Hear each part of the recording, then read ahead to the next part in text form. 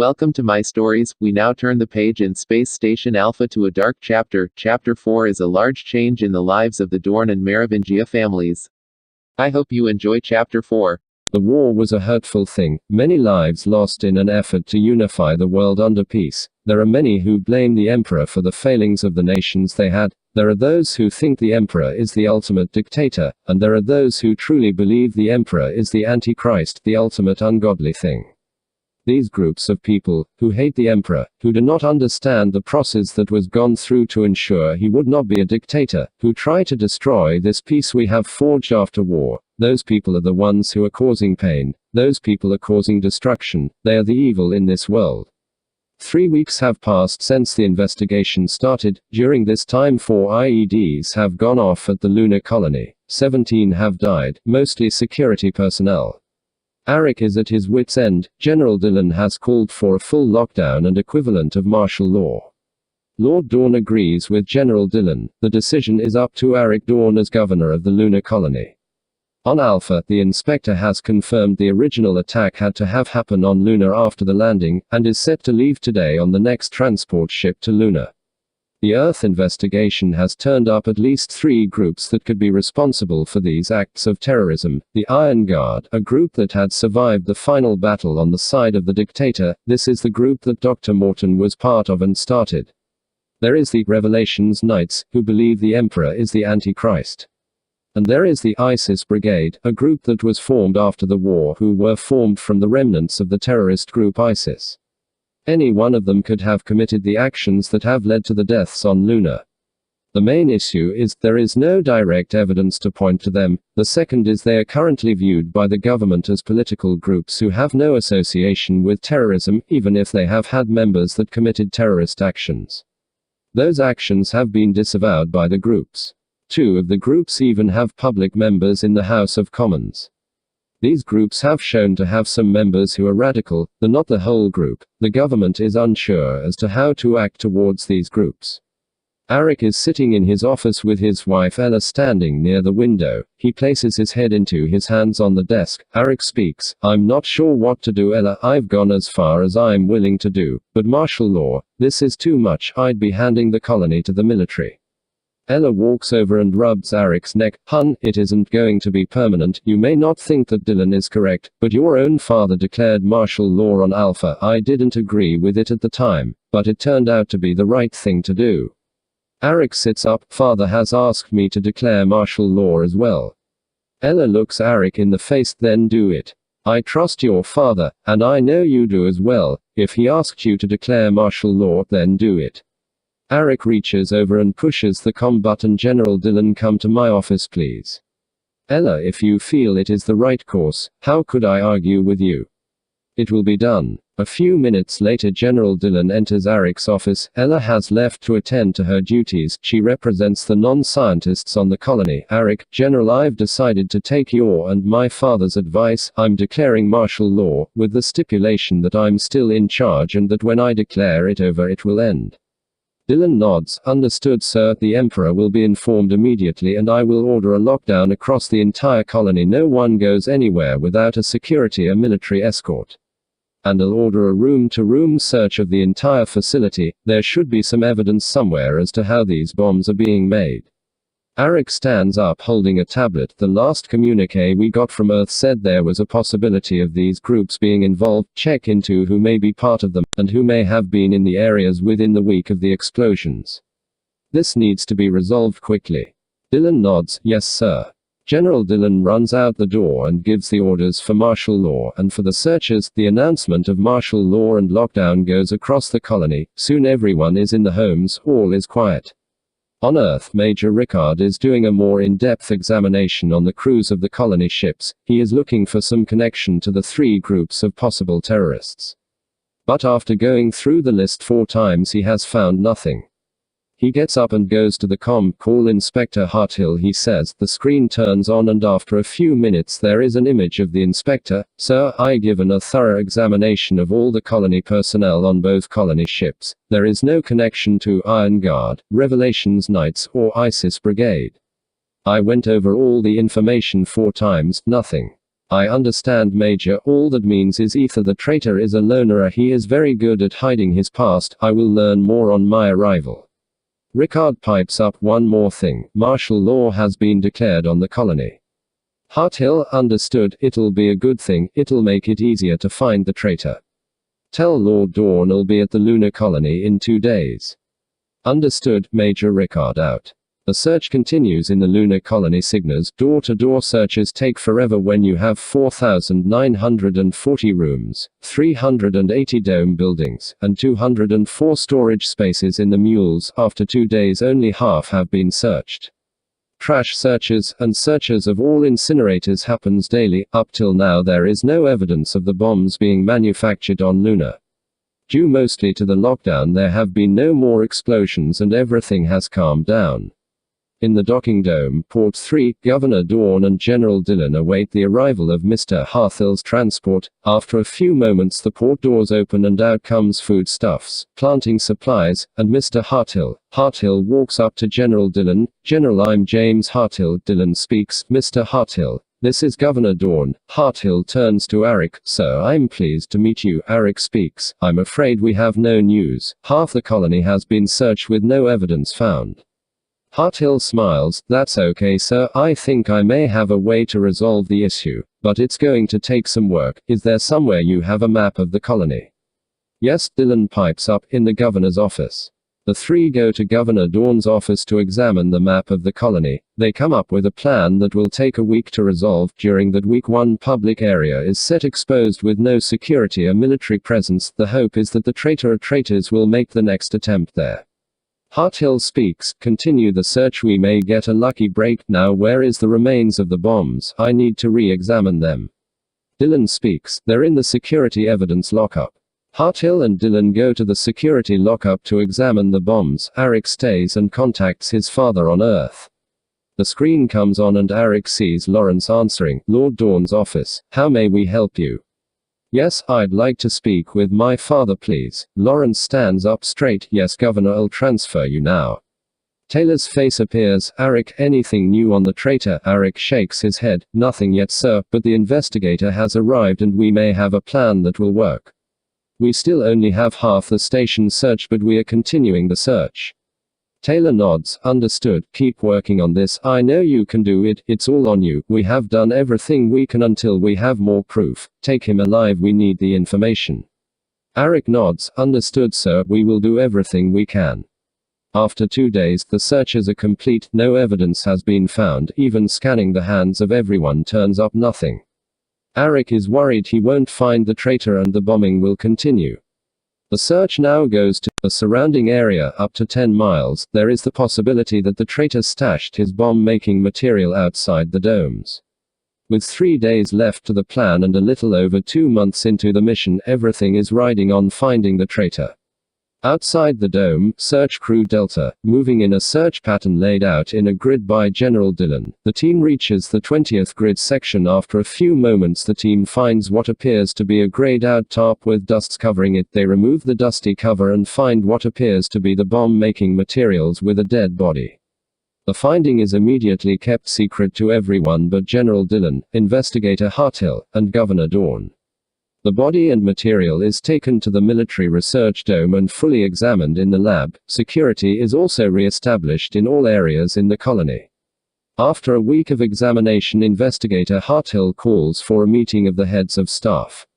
Everyone appears in Dawn's office, seated at the meeting table that has been prepared for the evening. Investigator Harthill goes over the ins and outs of the investigation, concluding with the discovery of the materials and the body. General Dillon speaks. After we examined the body and materials, we did some digging into the past of several individuals. There are 3 groups on Earth that have been watched because of their affiliation with terrorists in the past. Those groups, Iron Guard, Revelations Knights, and ISIS Brigade, are currently being rounded up and placed under arrest for treason. As for what we discovered, there were 3 sets of fingerprints on the material, the ones belonging to the dead man, and 2 others. Lieutenant Daverill, you are under arrest for treason. 2 MPs step up and grab Daverill by the arms. Your wife has already been arrested and has confessed to everything. Arik breaks in. Take him to the brig. General Dillon goes on to explain that the dead man was Iron Guard, Davriel was Revelations Knights, and Davriel's wife was ISIS Brigade, and that Mrs. Davriel confessed to a joint conspiracy to eventually destroy all the domes of both missions. There are also individuals being arrested in the colony and on Mars Endeavour. All will be transported back to Earth for trial. Arik speaks, this is a bad situation. Several members of the government and the military are members of these groups. They are all being arrested. I have notified Lord Dawn of the situation. He has notified Emperor Merovingia. Both have taken actions to resolve the governmental crisis this event has caused. New elections are to be held and a full examination of the constitution and treason law will take place to ensure the fairest trials of the individuals who have been accused. I have been assured by my father that this government won't imprison someone who is innocent. For now, the state of emergency is over, martial law is declared over and the lockdown is over. You may all return to work, thank you. The heads of staff applauded and assemble near the bar in Arik's office. Arik speaks with Harthill. Harthill, one thing, do you have any recommendations for a new security chief? I seem to be down one. Well, sir, Harthill rubs his hands, I might be available. I'm a member of Imperial Security, and hold the rank of Major. If you are interested, I would be happy to take the position. Arik smiles, looking for a change. Harthill laughs, yes sir, I've been at this for several years and even though this work is very satisfying, it's getting a little old. Besides, I have the feeling I won't get much work after this event. Arik shakes Harthill's hand. I guess I have transfer papers to do. Welcome to the team. Harthill smiles. Dillon walks up and shakes Harthill's hand and welcomes him to the team. Communication, final report. To Lord Dawn of the Northeast American Lordship. From Governor Arik Dawn, Luna. Sir, after the investigation ended, Investigator Harthill requested to join a team as the new security chief. I have agreed to this. I hope the transfer papers are correct. Everything is well here. Now that the conspirators have been arrested and deported to Earth, it's calmed down.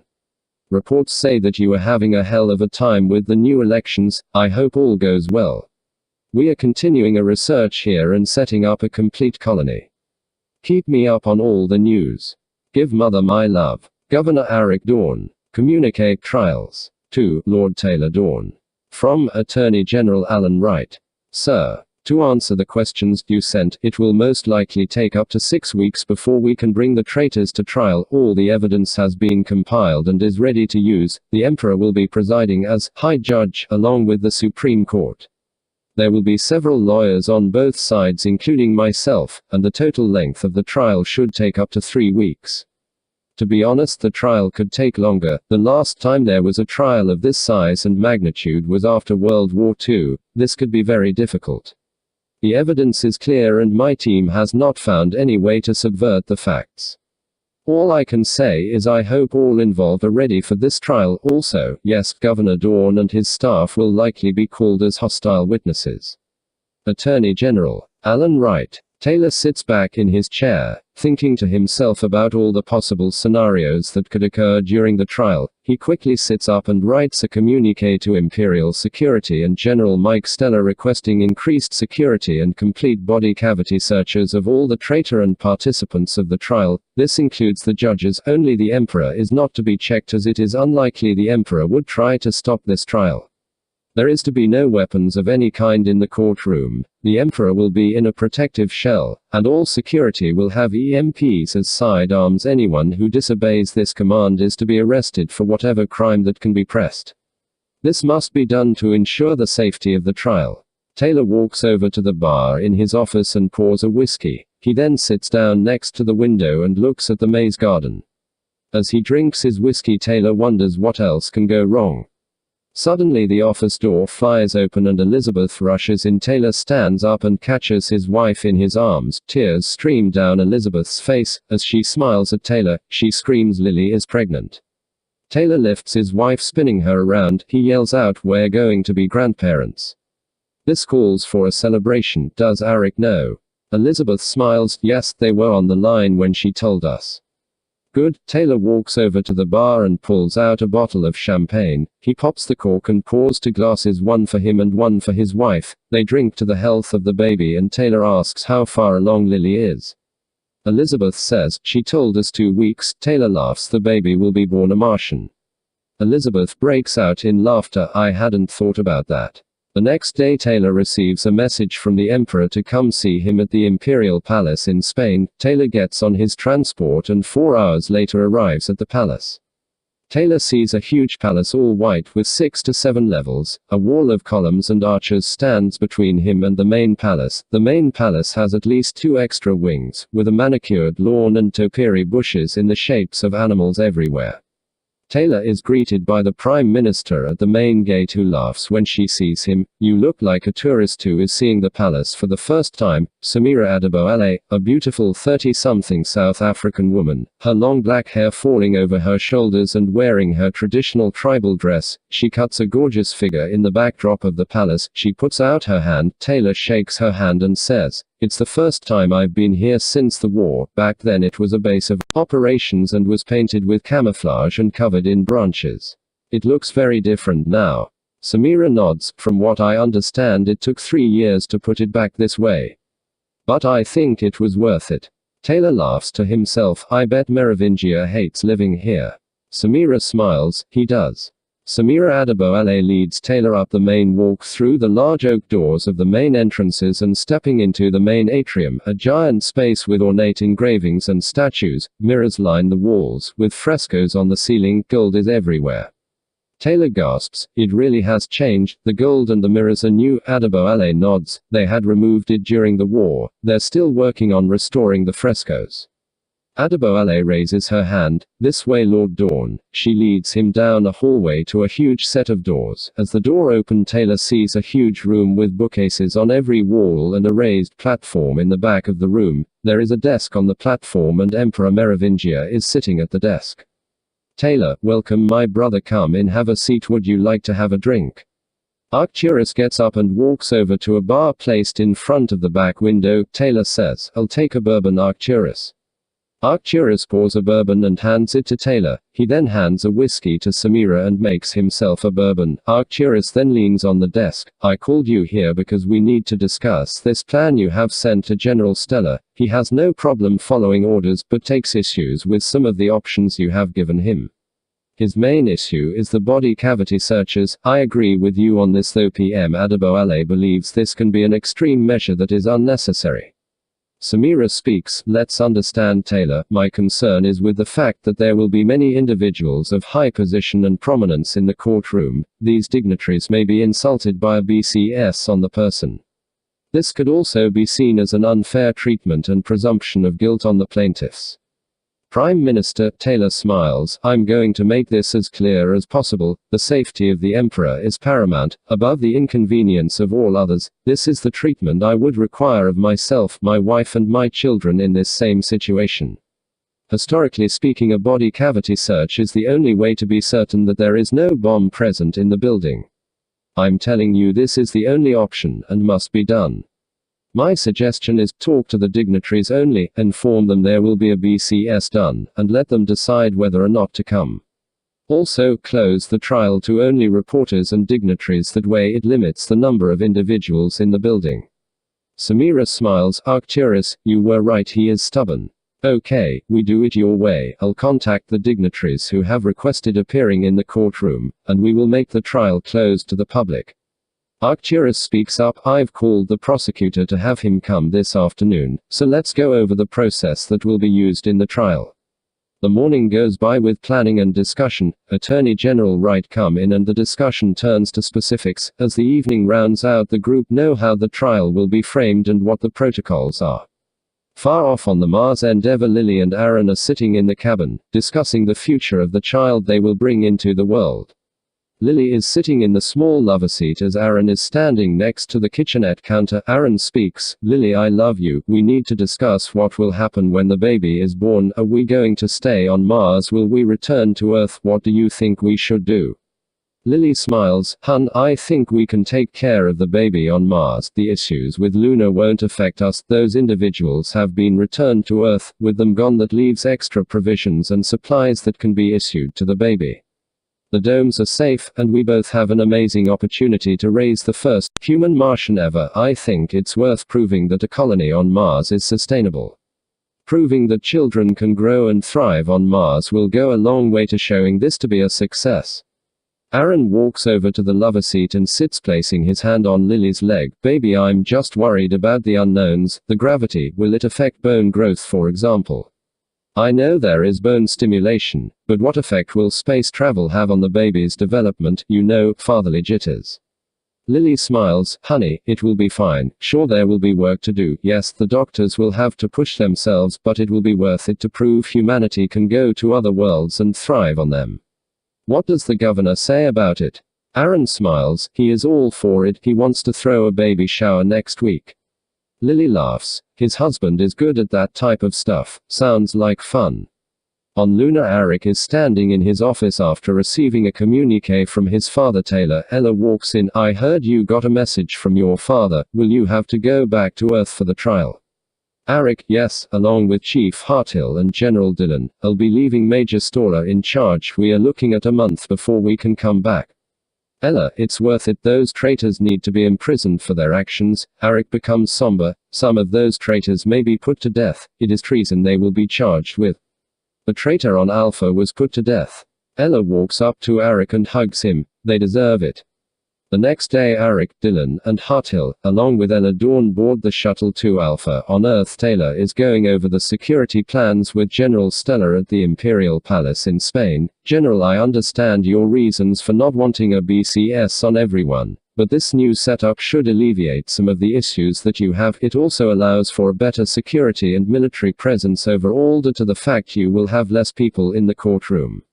Stella speaks. Yes, sir, this system is much better than what I was thinking of earlier. I'm certain we have the manpower and ability to handle anything that comes. Taylor sits opposite of Stella. Let's go over specifics. The Emperor's safety is paramount. The two spend the rest of the morning going over the plan for the court appearance of the Emperor as well as the procedures in case something happens during the trial. That afternoon, Eric, Dillon, Harthill, and Ella arrive at the Northeast American Palace. They are greeted by Elizabeth Dawn and shown to the prepared rooms. The next morning, Taylor arrives home and meets with Eric, Dillon, and Harthill in his office. Taylor speaks. For the record, you are being recorded. I cannot ask questions about your testimony or your appearance in the court. I can go over the basics of how the trial shall go and what you will be subjected to before you enter the courtroom. Attorney General Wright will be here this afternoon to discuss your testimony. There will be BCSs done. 1. Everyone entering the building on the trial dates and a full search of the building with bomb-sniffing dogs will be done prior to every session. There will be 1/4 of the army present under 6-star General Mike Stella. All Imperial security that is not on tour will be present. The only safer place on the planet will be the Imperial Palace in Spain. The Emperor will be present but inside a bomb-proof room with a glass upper shell. It is currently being manufactured and will be tested by General Stella personally. The Emperor will be the lead judge, so you won't be able to meet with him until after the trial is over. Once you speak to Attorney General Wright, you will be taken into military custody for your own protection. Finally, Eric, you will have time to speak with me and your mother prior to custody. Along with the rest of you, you will have time to speak with your families or loved ones, but after you're taken into custody you will be in complete seclusion. You can't even speak to the personnel handling you. This is to ensure your testimony will not be hindered in any way from its current state. You will give statements to Attorney General Wright as to the questions he asks of you today. Are there any questions toward this process? The 3 men answer in unison, no sir. Good, Eric, I'll see you at lunch. Your mother is anxious to see you.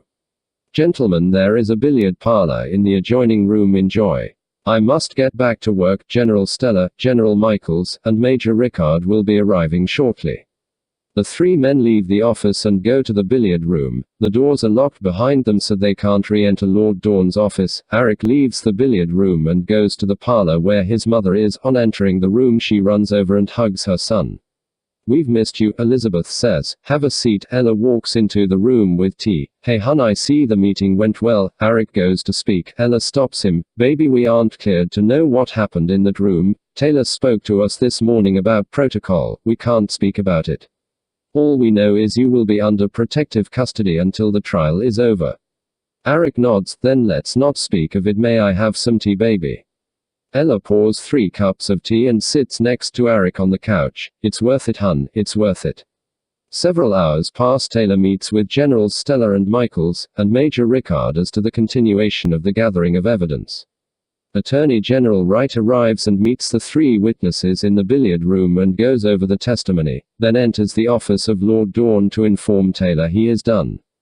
Taylor then asks General Stella and Major Rickard to take Dylan and Harthill wherever they wish. Major Rickard is to return the next morning to take Eric into custody. The Dawn family sits at dinner discussing everything they can about the world, Alpha Station, Lunar Colony, and even the Mars Endeavour and Lily's baby. The night goes well.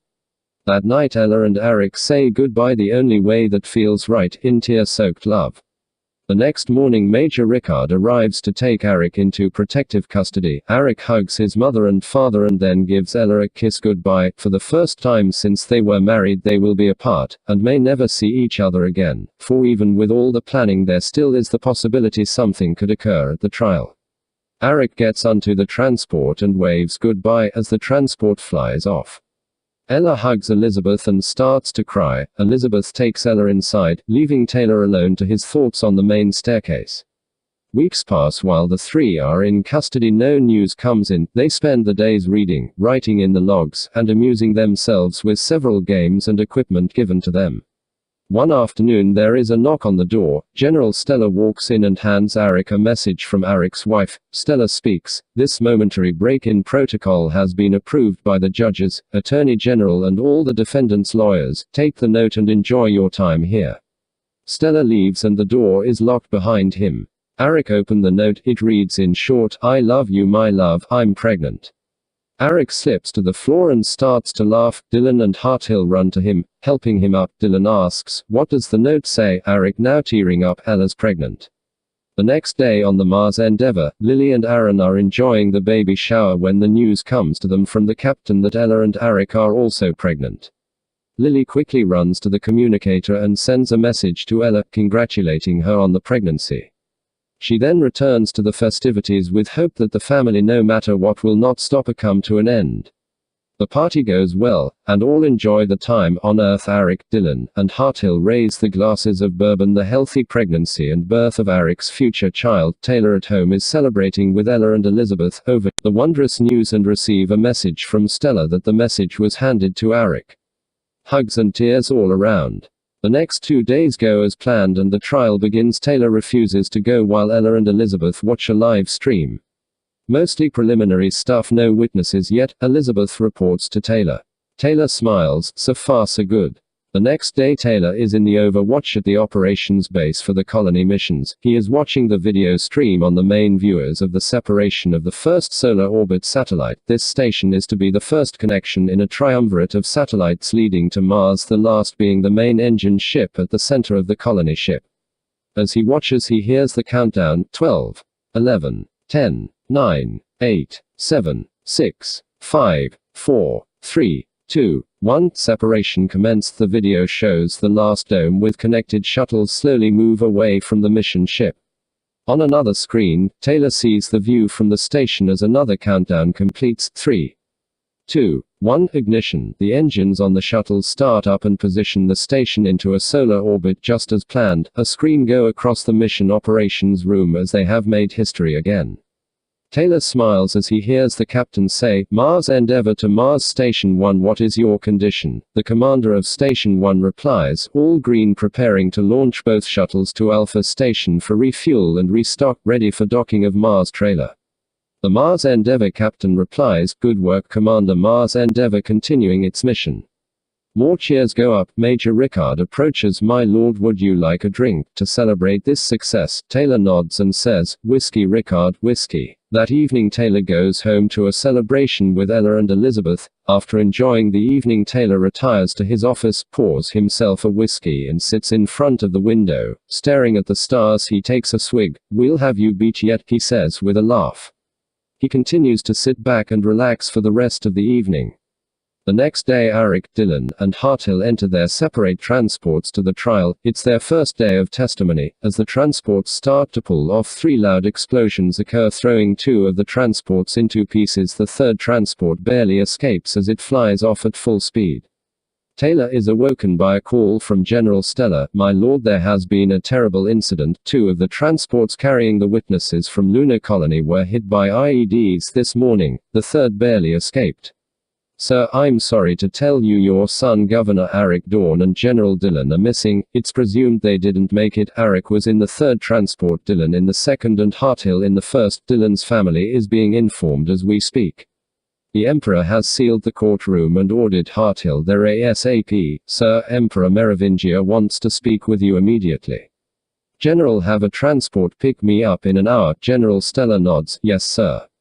The screen goes black. Elizabeth sits silent in bed behind Taylor, tears streaming down her face. How, she says, how could this happen? You planned for everything.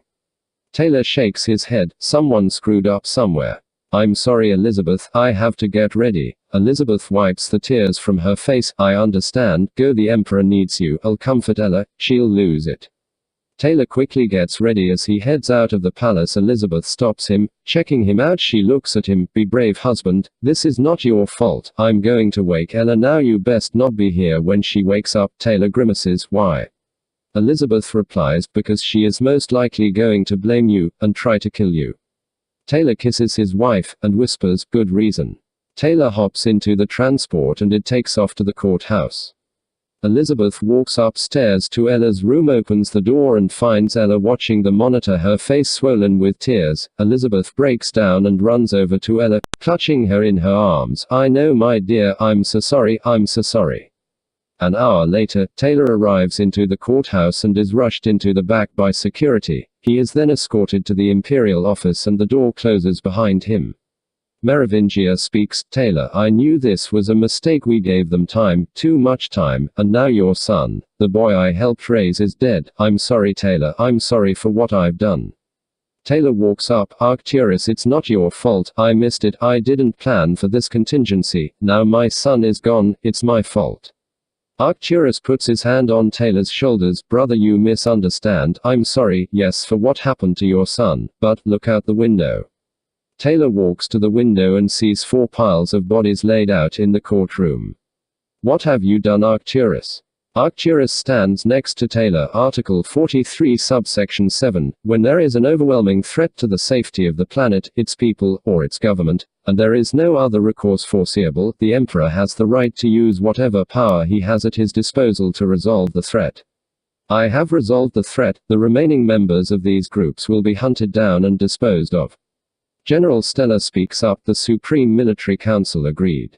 There was no other option. Taylor turns and hugs Arcturus, tears streaming down his face. Thank you, my brother. You have avenged my son.